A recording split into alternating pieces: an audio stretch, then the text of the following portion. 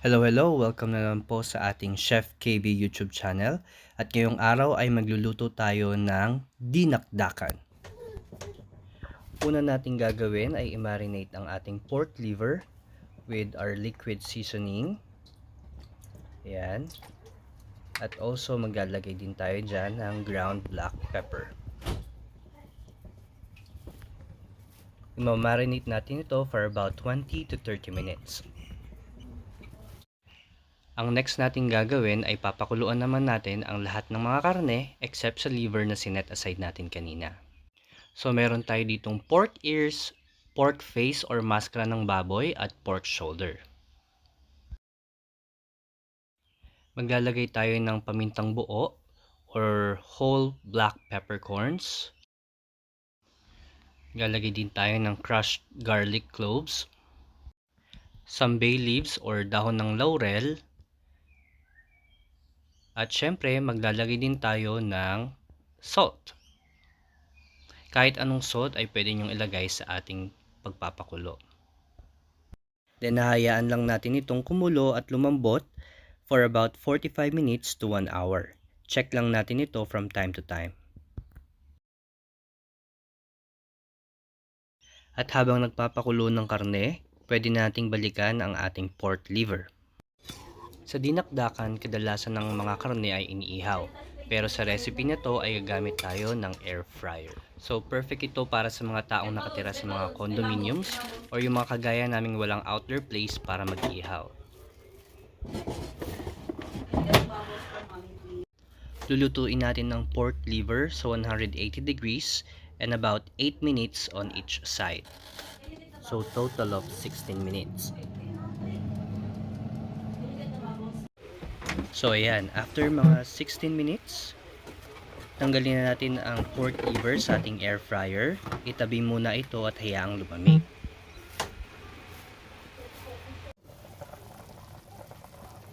Alright, so after 45 minutes to 1 hour, malambot na ang ating mga karne. So pwede natin itong hanguin at itabi muna at hayaang lumamig. At syempre, para sa mga hindi pa nakapag-subscribe sa ating channel, huwag kalimutan mag-like at i-click ang subscribe button para mas lalo pa tayong lumago at makatulong sa iba. Maraming salamat po. Alright, so after a few minutes, katulad ng ating ginawa sa pork liver, i-season din natin ng liquid seasoning ang ating mga karne bago natin isalang sa ating air fryer. So ngayon, unahin ko muna ang ating pork ears or tenga ng baboy. So lagyan lang natin siya ng liquid seasoning and some ground black pepper bago natin isalang sa ating air fryer. So lulutuin natin ito sa 200 degrees for about 20 minutes or 10 minutes on each side.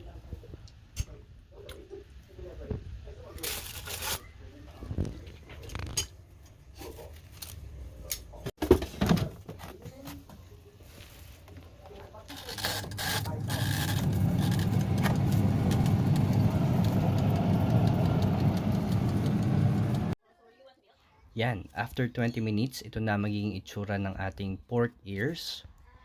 Makikita nyo na mamula-mula at actually sobrang crispy na yan. Perfect na perfect para sa ating dinakdakan. So, hintayin lang natin itong lumamig at gawin ang parehas na proseso sa iba pang natitirang karne sa ating pork face at pork shoulder. And konting trivia lang mga ka-Chef KB.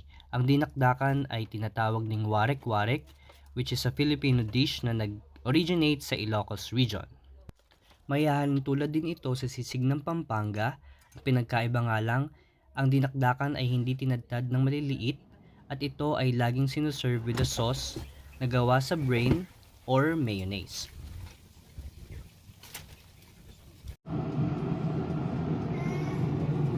And habang inihintay natin malutong iba pang mga karne, pwede nating ihanda ang ating iba pang mga ingredients. Hiwain natin ng maliliit ang ating sibuyas.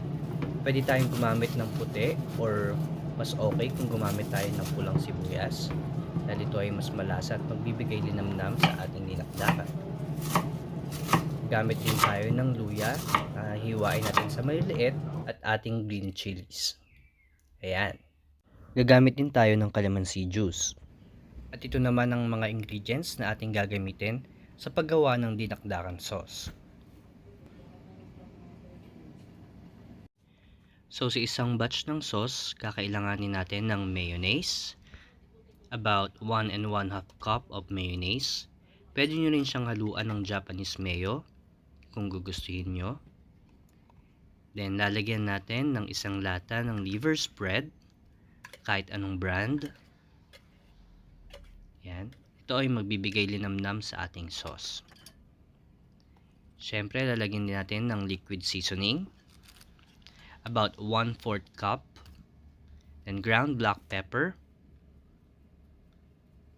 according sa inyong panlasa,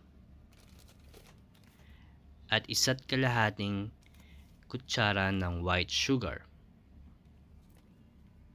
Yan. So halu-haluin lang natin hanggang ito ay maging well combined. Pwede naman kayong magdagdag at magbawas ng mga ingredients, depende sa inyong panlasa. Pwede rin kayong gumawa ng 2 batch of sauces or doubling ng ingredients para mas marami kayong sauce na i-mix sa ating dinakdakan at pwede rin on the side. At sa step naman ito, dito na natin hihiwain ang karne ng maliliit. Maaari tayong gumamit ng gunting o kutsilyo. Maraming salamat dahil nakarating ka sa puntong ito ng ating video. Sana wag mong kalimutang mag-like at i-subscribe. Thank you so much.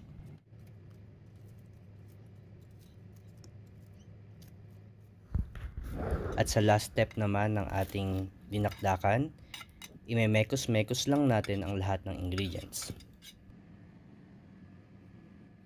Yan, ihalo lang natin ang ating mga sibuyas, ginger or luya, ating siling green, at syempre ang ating calamansi juice.